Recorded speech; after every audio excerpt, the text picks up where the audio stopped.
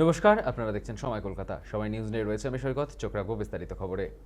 ঋণ জালিয়াতির অভিযোগে হাওড়া থেকে গ্রেপ্তার হলেন ব্যবসায়ী মানুষ রায় সহ ৩ জন। বুধবার কলকাতা পুলিশের ব্যাংক জালিয়াতি দমন শাখা হাওড়ার বিভিন্ন এলাকায় অভিযান চালিয়ে মানুষ রায়, তাপস রায় এবং তন্ময় রায়কে গ্রেপ্তার করে। পুলিশ সূত্রে জানা গিয়েছে, হাওড়া পুরসভার একটি ভবন নির্মাণের নামে ভুয়ো নকশা ও জাল নথি জমা দিয়ে একটি রাষ্ট্রায়ত্ত ব্যাংক থেকে প্রায় ৩,৯০,০০,০০০ টাকার ঋণ নিয়েছিলেন। কিন্তু দীর্ঘদিন কেটে গেলেও সেই অর্থ পরিশোধ করা হয়নি। এরপর তদন্তে নেমে বুধবার রাতে অভিযুক্তদের আবাসনে তল্লাশি চালায় পুলিশ। সেখান থেকে উদ্ধার হয় প্রায় ১,৫৫,০০,০০০ নগদ। তদন্তকারীদের দাবি, মানুষ রায় বিভিন্ন সময়ে বিভিন্ন রাজনৈতিক দলের ঘনিষ্ঠতা কাজে লাগিয়ে প্রভাব খাটিয়ে প্রতারণামূলক কাজ করতেন বলে অভিযোগ। ধৃত ৩ অভিযুক্তকে বুধবার আদালতে পেশ করে পুলিশি হেফাজতের আবেদন জানানো হয়েছে। এ বিষয়ে শিবপুরের বিধায়ক রুদ্রনীল ঘোষ ঘটনার কড়া সমালোচনা করে অভিযুক্তদের বিরুদ্ধে দ্রুত ব্যবস্থা নেওয়ার আবেদন জানিয়েছেন। আমাদের সঙ্গে এই মুহূর্তে টেলিফোন লাইনে রয়েছে আমাদের প্রতিনিধি অর্পণ সিংহ। অর্পণ, এই ঋণ জালিয়াতির ক্ষেত্রে ৩ ব্যবসায়ী গ্রেপ্তার, ঠিক কি জানা যাচ্ছে, কি ঘটেছে? দেখো, যেটা জানা যাচ্ছে যে ব্যাংক প্রতারণার যে অভিযোগ তাকে কিন্তু গ্রেপ্তার করা হয়েছে। যে মানস রায় নামে যে ব্যক্তি, তিনি কিন্তু একজন ব্যবসায়ী। তার এই হাওড়াতে কিন্তু তার বড় হোটেলও রয়েছে, রেস্টুরেন্টও রয়েছে, এমনটাও কিন্তু জানা যায়। এবং তার সাথে সাথে তারই পরিচিত আরো দুজনকেও গ্রেপ্তার করা হয়েছে।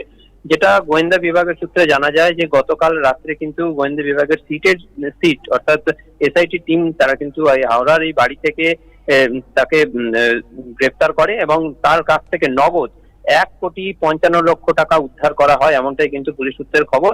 এবং যেটা জানা যায় যে ব্যাংক থেকে তিনি ৩,৯০,০০,০০০ টাকার লোন নিয়েছিল এবং সেই লোন কিন্তু দীর্ঘদিন ধরে তিনি দেননি। এবং সেই কারণেই গত রাতে পুলিশ আধিকারিকরা অর্থাৎ সিটের আধিকারিকরা তারা কিন্তু আসেন এবং তাকে গ্রেপ্তার করেন। এই অভিযোগ তারা পেয়েছিলেন। এবং যেটা জানা যায় যে এই রাজনৈতিক দলের সঙ্গে কিন্তু যুক্ত ছিল এই মানস রায়, এবং তাকে কিন্তু একাধিক বড় উচ্চ মহলের যারা নেতৃত্ব রয়েছেন তাদের সঙ্গে কিন্তু দেখা গেছে। এবং এখন পুরো বিষয়টি কিন্তু তদন্তের জন্য কিন্তু পুলিশ আধিকারিকরা এখনো কিন্তু কিছু বলছে না।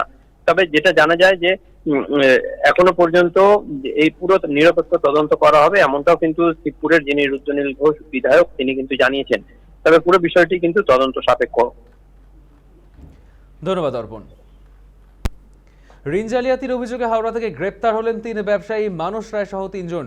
বুধবার কলকাতা পুলিশের ব্যাংক জালিয়াতি দমন শাখা হাওড়ার বিভিন্ন এলাকায় অভিযান চালিয়ে মানুষ রায়, তাপস রায় এবং তন্ময় রায় নামে ৩ জনকে গ্রেপ্তার করে। পুলিশ সূত্রে জানা গিয়েছে, হাওড়া পুরসভার একটি ভবন নির্মাণের নামে ভুয়ো নকশা ও জাল নথি জমা দিয়ে রাষ্ট্রায়ত্ত ব্যাংক থেকে প্রায় ৩,৯০,০০,০০০ টাকা ঋণ নিয়েছিলেন তারা। তারপর সেই দীর্ঘদিন কেটে গেলেও সেই অর্থ পরিশোধ করা হয়নি এবং তারপর তদন্তে নেমেই এই একের পর এক গ্রেপ্তারি।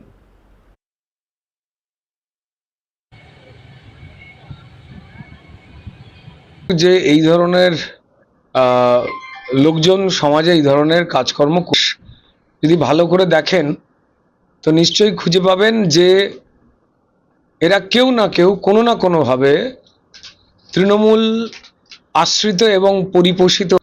আইন বিরুদ্ধ কাজ তিনি যেই করুন, যে রাজনৈতিক দলের করুন, যে ধর্মের করুন, যে ভাষার করুন, যে জীবিকার করুন, আইনের শাসন প্রতিষ্ঠা করতে মানুষের আশীর্বাদে যে নতুন সরকার পশ্চিমবঙ্গে এসেছে তা তারা বদ্ধপরিকর। সম্মানীয় মুখ্যমন্ত্রী এই বিষয়ে কড়া এবং সজাগ।